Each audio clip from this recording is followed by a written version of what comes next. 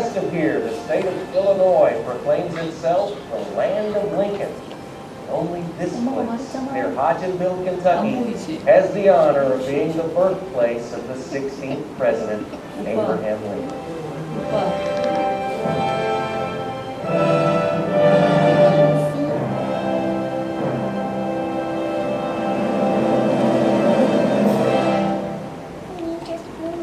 In the early 1900s, as the centennial of his birth approached, a campaign began to build a memorial at Abraham Lincoln's birthplace. More than 100,000 Americans contributed.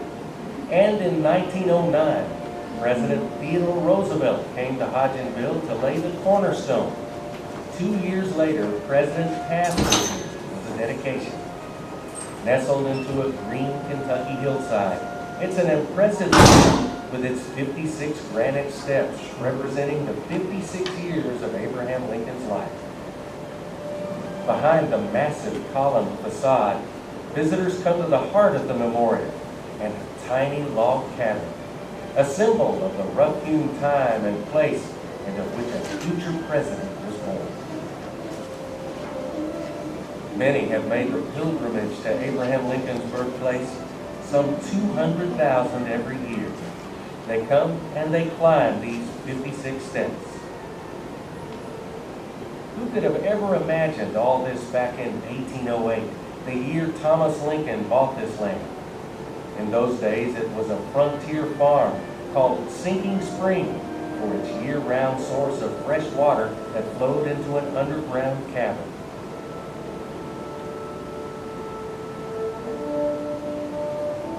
The story of Abraham Lincoln's life in Kentucky doesn't really begin at Sinking Spring, of course. Both his parents, Thomas Lincoln and Nancy Hanks, came into the state as young children, traveling through the Cumberland Gap with their families in the great westward migration following the American Revolution. Thomas's father, whose name was Abraham, brought his family through the Gap around 1782, eventually settling near present-day Louisville at a place called Long Run. It was there on a spring day in 1786 that Abraham and his sons, Mordecai, Josiah, and Thomas, met a band of Indians. A shot was fired, and Abraham Lincoln was killed. In the custom of the time, Mordecai, the eldest son, inherited his father's entire estate. As the youngest son, Thomas inherited nothing. Having to make his own way in the world, he eventually moved to Elizabethtown, Kentucky, where he made his living as a carpenter and cabinet maker. It was about this time that Thomas began courting a young lady named Nancy Hanks. On June 12, 1806, they were married. The next year, their first child was born, a daughter they named Sarah. Even though Thomas Lincoln lived in Elizabethtown, was a carpenter, jack of all trades, he really wanted to farm. And so he and Nancy were able to acquire a rather substantial farm, Sinking Spring Farm. It was at the Sinking Spring Farm that Nancy Hanks Lincoln gave birth to a second child, a son born February 12, 1809. He was named Abraham in honor of his grandfather. The mythology of Lincoln is that he comes from this hard-scrabble frontier family living in this log cabin, very poor. But in reality, the Lincolns were middle class in a frontier setting, and even perhaps above that. Thomas Lincoln, I think, was in the top 20% of the taxpayers in his county. So they were almost upper middle class. Now, when he left Kentucky, they faced harder times. But in Kentucky, his father was well respected and well known. Despite their success, the Lincolns were forced off the Sinking Spring Farm in 1811 in a dispute over ownership of the land. It was a common problem in Kentucky in those days when property might change hands many times and surveys weren't always reliable. Leaving Sinking Spring, the family rented 30 acres of bottomland along Knob Creek. Abraham was less than 3 years old at the time. So it was Knob Creek Farm that formed his earliest memories of his life in Kentucky. They weren't pioneers, but they lived on the frontier. Right. Explain that. I think that's an important distinction. Abraham Lincoln's grandfather was most definitely a pioneer. He left everything behind, loaded up a wagon with what goods he could bring through the Cumberland Gap, came through with Daniel Boone and Thomas Walker. They were true pioneers. But by the time Thomas, Abraham Lincoln's father, and his mother, Nancy, lived here, they were living on the frontier. There were other families living in the vicinity, about 9 families in this valley. There was no town, Hodgenville. There was just a mill there at the time. So they were living on the frontier.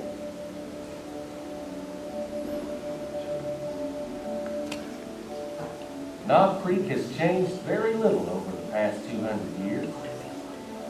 I can just imagine a young Abraham Lincoln working these fields or playing out here right where we're walking. Right where we're walking. There's been no development here since the Lincoln period. This was the main field, and they grew corn and pumpkins. Abraham would have been responsible for helping his father with planting crops. In fact, that's his first memory of planting pumpkin seeds in between the rows of corn as the corn is being planted. Even as a young child, Abraham had many day-to-day chores on the farm. Chores like carrying water and tending animals and working in the garden. Life on the frontier, even in good times, wasn't easy. And sometimes it was almost unbearably difficult. Abraham Lincoln experienced his first taste of death while he was living here at Knob Creek. He had a younger brother, Thomas Jr., that was born and died in infancy. We don't know a lot about that. We don't know even when he was born. We just know it was during the Knob Creek time. The marker's been found, and that's how we know where he was buried. Abraham himself narrowly escaped death while at Knob Creek. He and a neighbor boy, Austin Gallagher, were crossing the creek when suddenly young Abe slipped and fell into the stream. Neither boy could swim, but Austin quickly pushed a tree branch into the swirling water. Abraham was able to grab hold of it and pull himself to shore. The cabin where Austin Gallagher and his family lived was just down the road from the Lincolns. It was later moved from its original site and now stands at the boyhood home. Frontier life taught young Abraham Lincoln many lessons, but opportunities in the classroom were few and far between. All told, he had less than 2 years of formal education. When he was able to attend school, Abraham, along with his older sister Sarah, walked 2 miles across the hills to what was called an ABC school, or sometimes a blab school, because the lack of writing tools meant lessons had to be recited aloud. As a boy in Kentucky, he told one of his campaign biographers, when he was learning his letters, that he loved to make the letters. He got fascinated, and so if he could find a place to use a stick to make it in dirt or make it in the snow or in the dust on the window or something like that, he would do that. And I just don't think there's any doubt that what we're seeing here is a born writer. Young Abraham Lincoln also loved to tell a good story, a skill he no doubt learned from his father. And I think it began way back, really back in Kentucky, when, as it was said, his home there was on the Cumberland Trail, and his father was a great storyteller.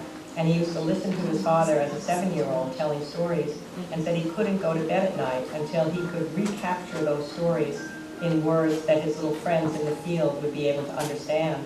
And then he would go out and stand on a tree stump and entertain his friends. Maybe that first indication of the pleasure of having a crowd of people who like you. The road past the Lincoln's Knob Creek farm was a well-traveled north-south route that brought him in contact with many people, among them groups of slaves being sold south. He did witness slaves being taken to the market, walking along in a coffle, which is when slaves are chained together and they're being forced to walk. Many times they're being forced to sing, even though they're on their way to a slave market. I think he was affected by that. Both Thomas and Nancy Hanks Lincoln opposed slavery and were members of an anti-slavery church. Abraham himself would later say that if slavery isn't wrong, nothing is wrong. And slavery was one of the reasons the Lincolns left Kentucky, though not the main reason. In 1816, Thomas Lincoln lost his long court battle over the Sinking Spring Farm. A few months later, a claim was made against the owner of the Knob Creek property, and all of the families living there were threatened with eviction. For Thomas Lincoln, that was the last straw. In the fall of 1816, the family loaded their belongings onto wagons and headed across the Ohio River to the then untamed wilderness of Indiana. Abraham Lincoln would never again live in the state of his birth, but his Kentucky years remained part and parcel of the man throughout his life. Holding the nation together through the horror of the Civil War and delivering that first promise that freedom and equality are the birthright of all Americans, those lessons from the Kentucky frontier would never leave him. The Kentucky accent and the unsophisticated ways that led so many to underestimate him. His love of reading and writing, his skill as a storyteller, his determination, his ambition, and his unfailing moral compass. The seeds for them all were sown in the rolling and lush green hills of Kentucky.